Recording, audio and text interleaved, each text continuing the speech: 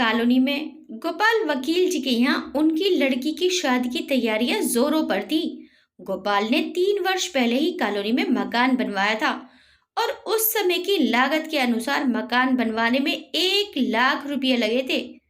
4 बड़े कमरे, बैठक, रसोई घर, हर एक कमरे से जुड़ा गुसलखाना, सामने सुंदर लॉन जिसमें तरह तरह के फूल लगे थे और पीछे एक बड़ा आंगन था। मकान की शान शौकत देखते ही बनती थी।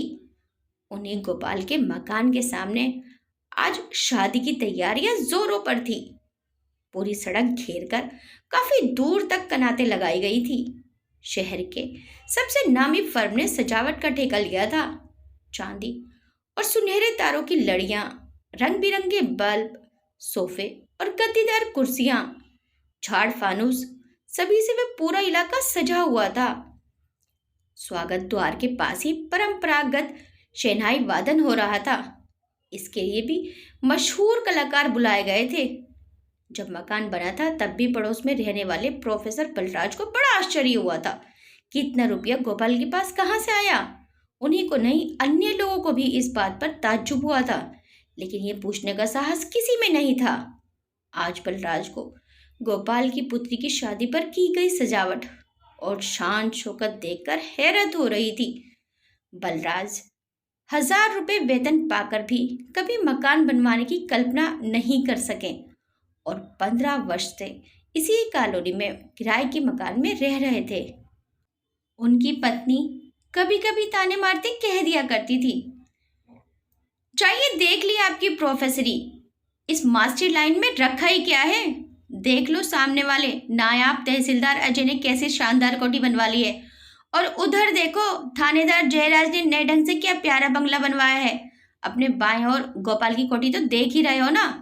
दाईं तरफ वाली विकास अधिकारी रतन की कोठी पर भी नजर डाल लो।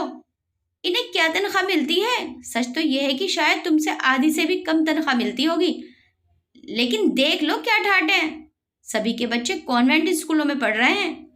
फल और मेवों से घर भरे हुए हैं और एक हम लोग हैं, न ढंग से खा पाते हैं और न पहन पाते हैं। वही कहावत हुई ना, नाम बड़े और दर्शन छोटे। बलराज पत्नी की बातों पर अक्सर झुंझलाया करते थे, किंतु वे जानते थे कि उनकी पत्नी की बातों में दम है, गहरी सच्चाई है। वे आज तक नहीं समझा सके कि उन लोगों के पास इतना पैसा कहाँ से आ रहा है, कैसे वे इतना बढ़िया शान शौकत भरा जीवन जी रहे हैं और वे ऐसा क्यों नहीं कर पाते।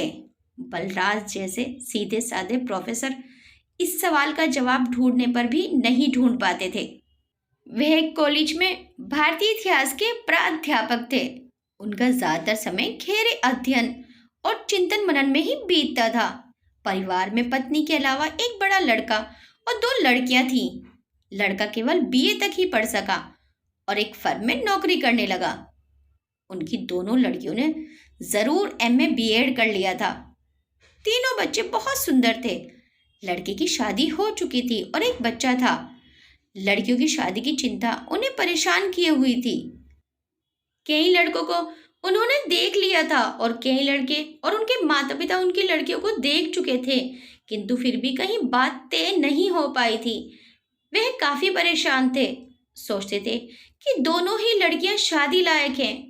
2-4 दिन के अंदर से दोनों की शादी कर देंगे, लेकिन जब लड़का मिलेगा तभी तो शादी होगी। किंतु लड़का कहाँ मिले? उनकी नजर गोपाल की कोठी की ओर चली गई। इस समय तक पंडाल भर चुका था। बड़े बड़े सेठ साहूकार अपनी अपनी कारों में आए थे। आखिर आते क्यों नहीं? गोपाल वकील था, इसलिए शहर के सभी बड़े लोग वहां आए थे। बलराज चौंके। ओह, वे बेकार की बातें क्यों सोच रहे हैं? उन्हें भी अब गोपाल के यहाँ पहुंच जाना चाहिए।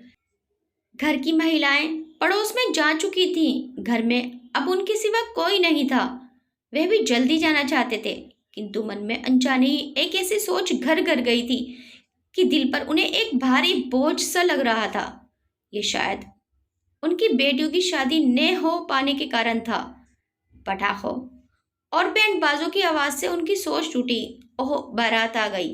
बलराज तुरंत दरवाजे पर ताला लगाकर पड़ोस में लपके। बारात अब बिल्कुल नजदीक आ चुकी थी और बैंड के शोर में नाच अपनी चरम सीमा पर था। आने वाले मेहमान उठकर खड़े हो गए थे। उनमें से कुछ आगे बढ़कर नाच देखने लगे। दूल्हे का सजा सजाया हुआ घोड़ा अब स्वागत वाले दरवाजे के बिल्कुल पास आ गया था। बलराज भी अब आगे बढ़ आए थे। परिवार की महिलाओं द्वारा अब दूल्हे का स्वागत हो रहा था। फूलों का सेहरा उठाकर दूल्हे के माथे पर तिलक किया जा रहा था। दूल्हे के मुंह को देखने की उत्सुकता में बलराज ने भीड़ में ऊपर सर उठाकर उसके मुंह को देखा तो वे बुरी तरह चौंक गए।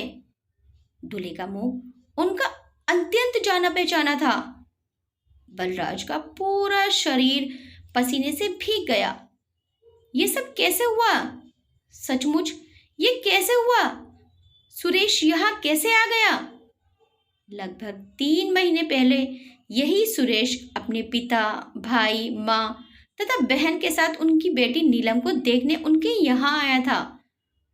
उस दिन उन्होंने भी अपने आस पड़ोस के 4 आदमियों को इकट्ठा कर लिया था, जिसमें पड़ोस के गोपाल का परिवार भी शामिल था। बलराज को वे दिन अच्छी तरह याद था। सुरेश एक सुंदर नवयुवक था। वे अच्छे पद पर था। 1 साल में स्टेट बैंक की किसी शाखा का मैनेजर बनने वाला था। उनके एक दोस्त ने उससे और उसके परिवार से बलराज को मिलवाया था। लड़का उन्हें बहुत पसंद आया था और उन्होंने अपनी बेटी नीलम की उससे शादी कर देने का इरादा कर लिया था। किंतु इरादा कर लेना एक बात है और पूरा होना दूसरी बात है। उनका पूरा इरादा होने के बावजूद सुरेश और नीलम की शादी नहीं हो सकी थी।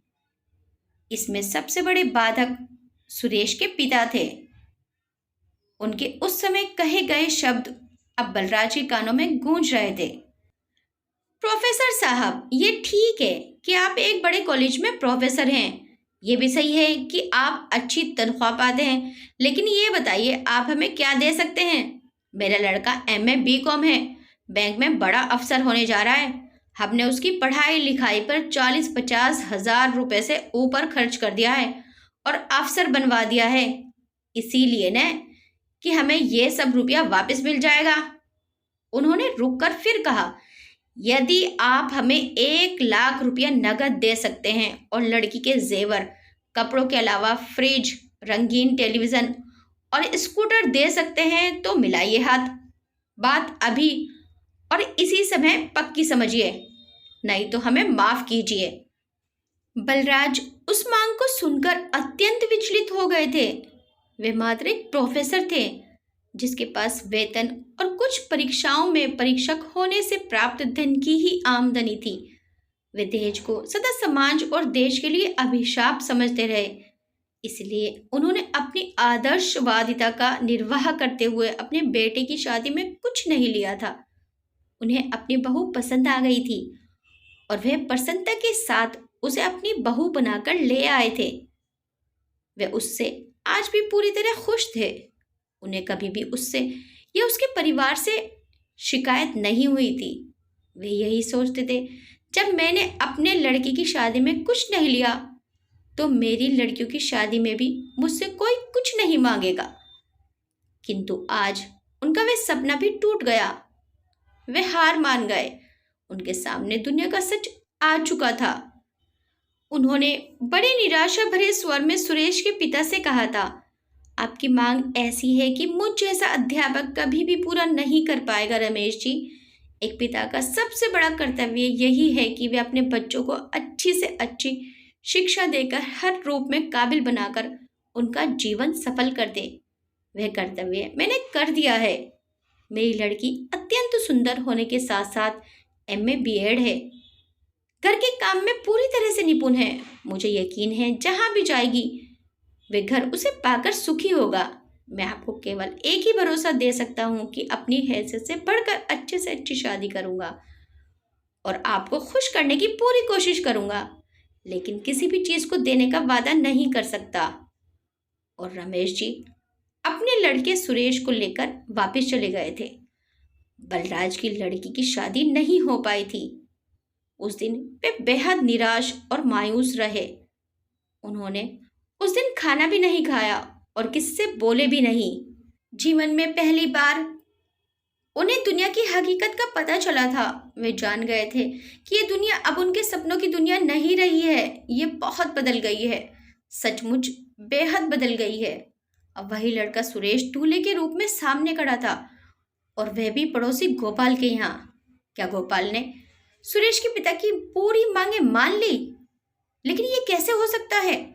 गोपाल के पास इतना रुपया कहाँ से आया? और उनकी लड़की भी तो बहुत बदसूरत और मात्र इंटर पास है। सुरेश को तो सुंदर लड़की चाहिए थी। क्या सुरेश ने उसे पसंद कर लिया? वह अपने कंधे पर किसी के हाथ की थपथपाहट से चौंके। सड़क के उस पार की कोठी के मालिक रामेंद्र बगल में खड़े थे। उन्होंने पसीने से भीगा अपना चेहरा उनके मुख पर टिका दिया और खोए खोए से देखते रहे। रामेंद्र उन्हें भीड़ से अलग एक किनारे पर ले गए और धीरे से बोले, मैं जानता हूं कि आप इस लड़के सुरेश को देखकर बेहद चौंके हैं और शायद दुखी भी हुए हैं। मैं आपके मन की बात समझ रहा हूं प्रोफेसर साहब। बात इतनी है कि आजकल लड़कों की नीलामी हो रही है। जो जितनी अधिक ऊंची बोली लगाएगा वही अपनी लड़की की शादी कर पाएगा। गोपाल ने आपके यहाँ उस लड़के को देख लिया और उसके बाप से उसे खरीद लिया। उधर देखिए। सामने इशारा करते हुए उन्होंने फिर कहा, इसे देने के लिए नया स्कूटर खड़ा है। फ्रिज, रंगीन टेलीविज़न, स्टीरियो और टेप रिकॉर्डर कोने में रखे हैं। मंडप के नीचे साड़ियों और जेवरात की बाहर पर भी नजर डालिए। यही सब तो इस लड़के के पिता को चाहिए था, जो आप दे नहीं सके थे। शायद आपको यह भी नहीं पता कि गोपाल ने तिलक की रस्म में 51,000 रुपए दिए थे और बाकी आप दिए जाएंगे। बलराज ने भर्राए अटकते स्वरों में कहा, लेकिन गोपाल की लड़की, वे तो बहुत बदसूरत है, ज्यादा पढ़ी लिखी भी नहीं है। क्या लड़के ने उसे पसंद कर लिया? रामेंद्र व्यंग से मुस्कुराए धीरे से बोले, लड़के ने ही तो लड़की को पसंद करके शादी की है। लड़के को लड़की नहीं, रुपया चाहिए था, दहेज चाहिए था, वह मिल गया। एक बड़े होटल में दावत पर इन सभी को बुलाया गया था, वहीं मोलभाव हुआ था और तुरंत वहीं तिलक की रस्म भी कर दी गई थी। तभी तो हम लोगों को पता नहीं चला। वे तो कल मेरी पत्नी को कहीं से सब कुछ पता चला, तब मैं जान पाया। बलराज ने खोए खोए स्वर में कहा, रामेंद्र जी, इतना सब कुछ देना मेरी सामर्थ्य के बाहर है। अब मैं क्या करूंगा? मेरी लड़कियों का विवाह कैसे होगा? रामेंद्र जी ने सहानुभूति पूर्वक कहा, मैं आपकी कठिनाई को समझ रहा हूं प्रोफेसर साहब, लेकिन आज का युग तो मोल भाव का युग है, नीलामी का युग है। आपने दुकानों में सजी हुई चीजों पर कीमतें टंगी हुई देखी होंगी। बढ़िया माल चाहिए, बढ़िया दाम देने होंगे। वही हाल आजकल लड़कों का है।